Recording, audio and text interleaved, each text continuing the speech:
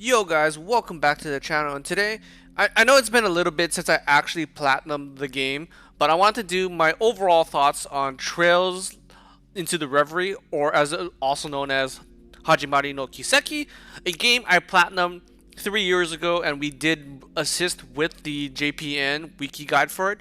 So I wanted to kind of do this as a kind of a wrap up to the series, just a little bit of a backstory with the original Hajimari no Kiseki.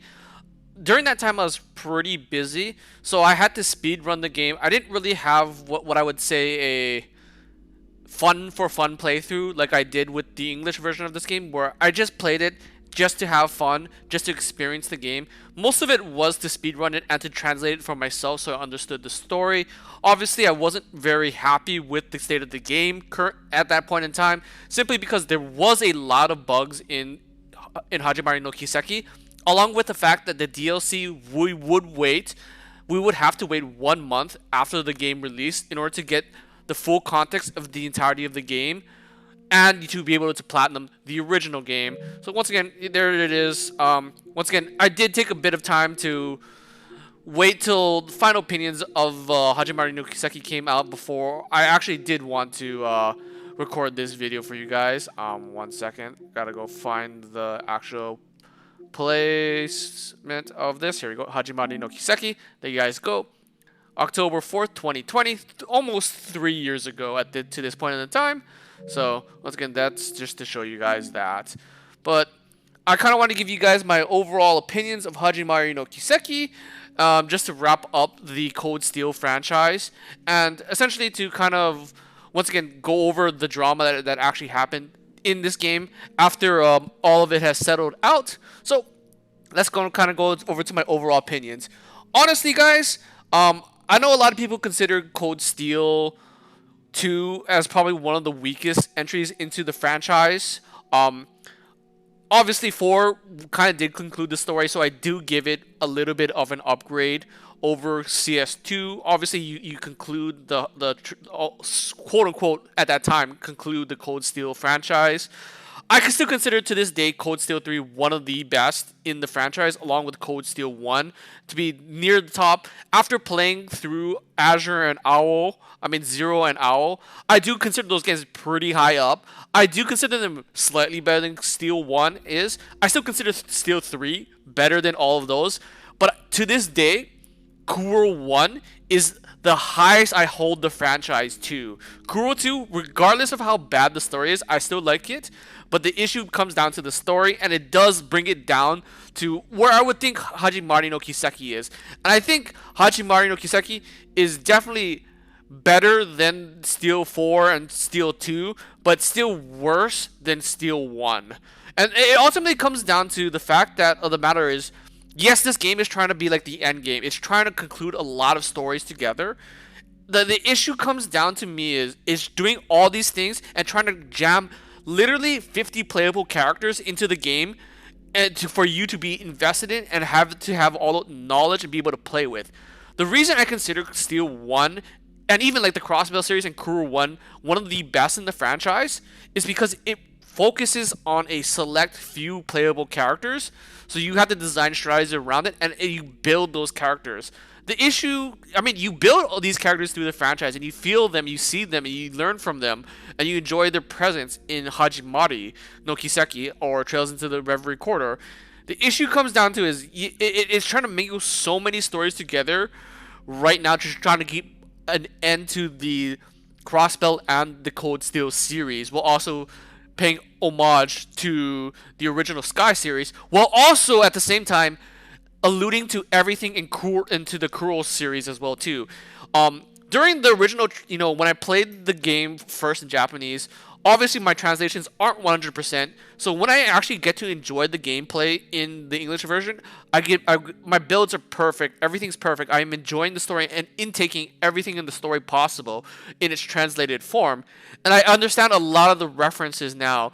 They're very, very more references that I realize after playing Kuro 1 and Kuro 2 that I see in Hajimari. I'm like, you make those connections. Obviously, there's the big stories, like once you beat the game, you see those extra stories that lead into Kuro 1.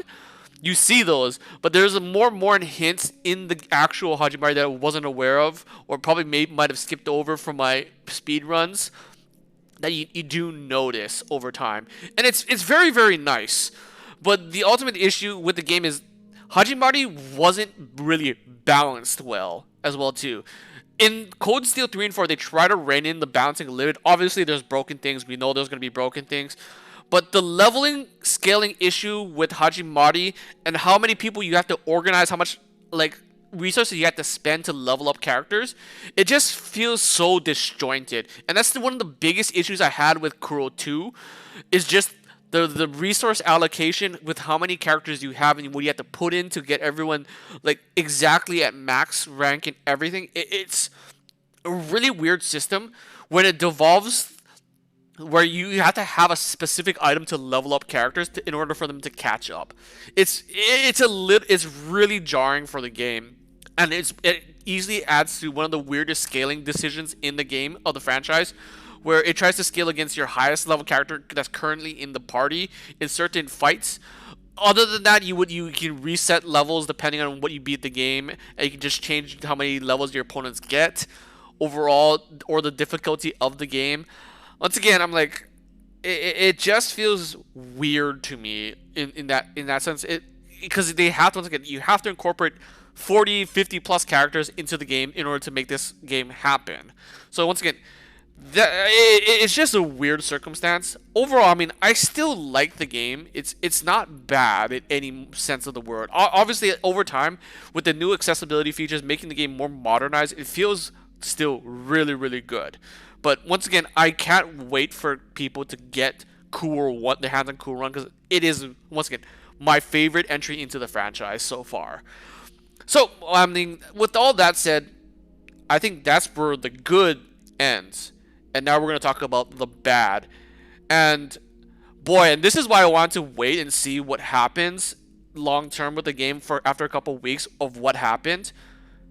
I gotta say, dude, like, man, NISA fucked up. I'm not even gonna sugarcoat it. They fucked up so hard on this game. It was like to the point where it's almost a near embarrassment level of fuck ups. Let's start with even the release of the game.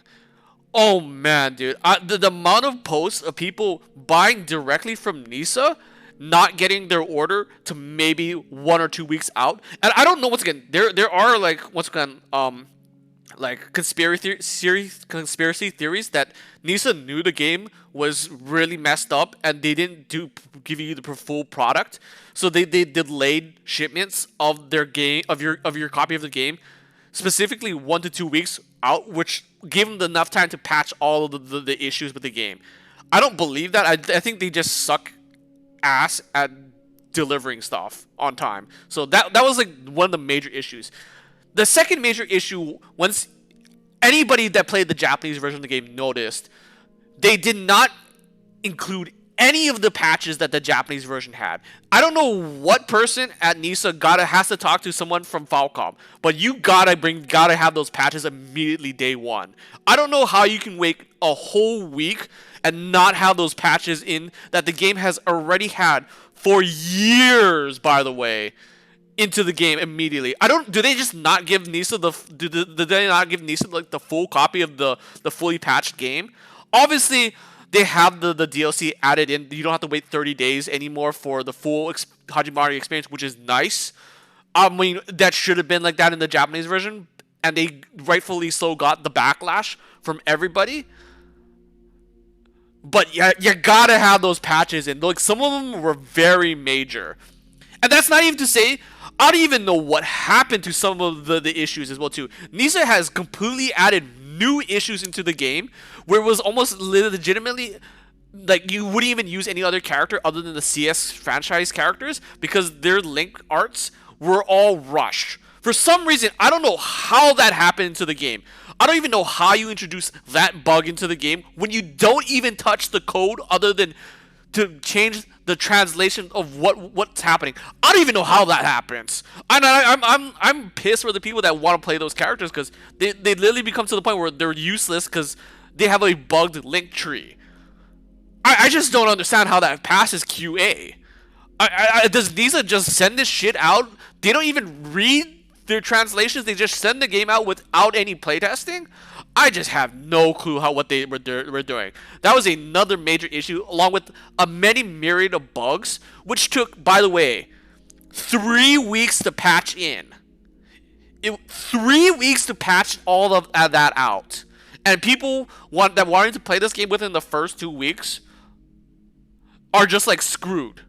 I just can't imagine it taking that long to patch out something that modders found out they could just change a single line of code to make it work correctly.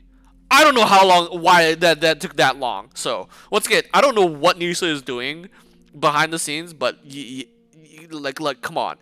And this is before we even get into the talks about how bad the translation was.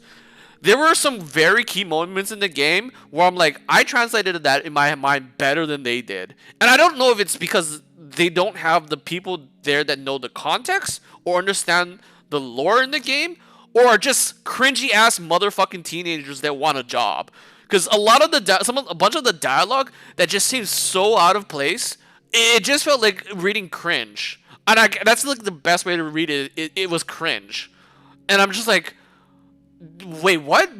I'm just like, I just blanked those out of my memory. I'm like, okay, I understand sort of the gist if you're going for, but please don't do that ever again.